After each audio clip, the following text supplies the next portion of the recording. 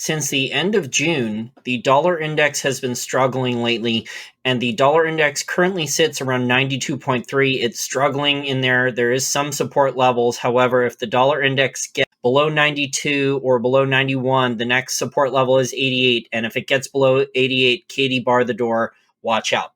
So why is the dollar index so weak lately? Isn't there supposedly a dollar shortage? So there's a dollar tug of war that I've been talking about, and I have a number of videos out about that, and I'll link those at the end of this video. But there's a really good tweet that Lynn Alden put out a couple days ago about the amount of treasuries that has been issued lately by the U.S. Treasury and how little foreign demand there is for U.S. treasuries. Now, part of it is because the global economy is not functioning properly, and there is not trade surpluses to recycle with dollars back into the U.S. Treasury market. But the other part is foreigners are looking at the Fed's official balance sheet, how much it has grown in the last 6 or 7 months, how much the money supply M2 has grown in the last few months, just enormous money supply growth in M2.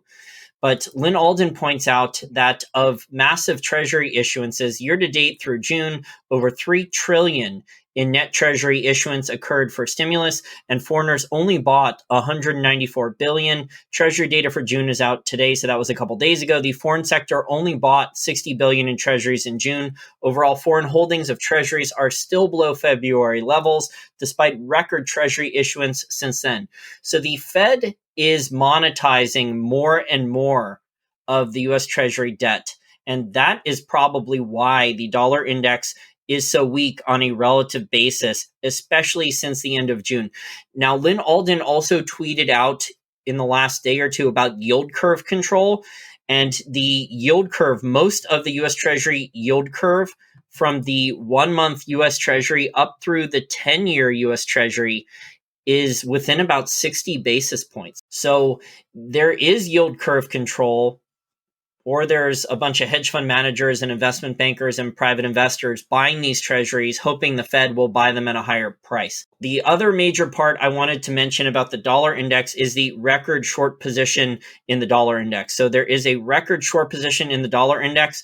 Now, some people will say that that is a contrarian indicator, but from the things I just mentioned, fundamentally, there are a lot of reasons to be bearish on the dollar right now, but there may be a short-term rally in the dollar index because of the record short positions in the dollar right now. So we'll have to see.